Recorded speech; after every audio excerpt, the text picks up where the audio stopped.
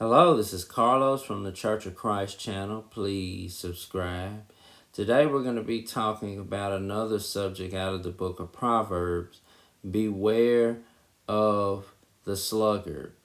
And I think I'll do a few of these as I do future lessons out of the book of Proverbs. We did the contentious woman last time.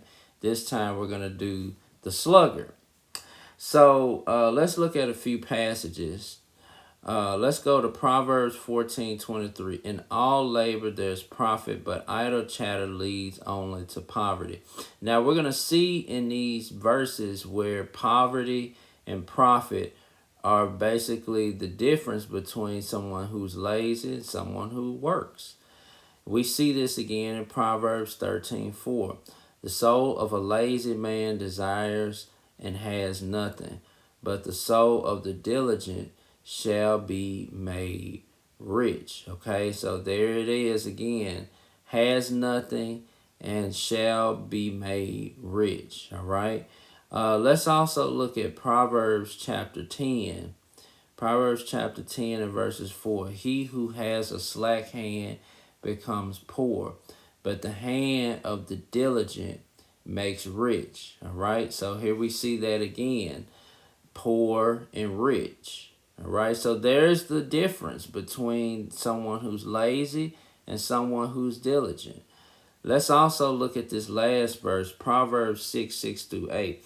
Go to the ant, you sluggard, consider her ways and be wise, which having no captain, overseer, or ruler, provides her supplies in the summer and gathers her food in the harvest.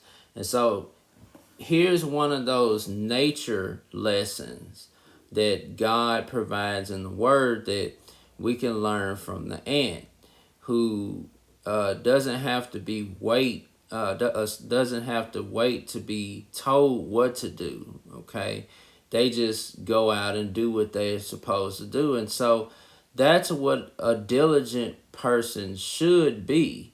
The sluggard is just going to wait on somebody to tell them what to do. They're always lazy. You know, nobody wants to deal with anybody who's lazy.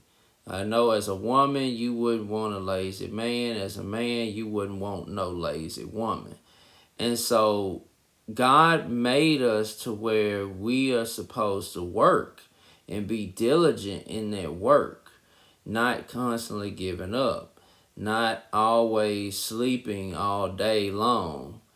And I think if we take these things into consideration, you know, we would have a lot more productivity. But you always want to be careful of anybody who's lazy because, like the Bible said, poverty is their future.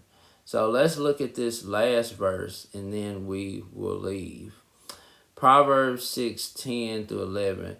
Yet a little sleep, a little slumber, a little folding of the hands, so shall thy poverty, okay, come as one that travaileth, and thy want as an armed man.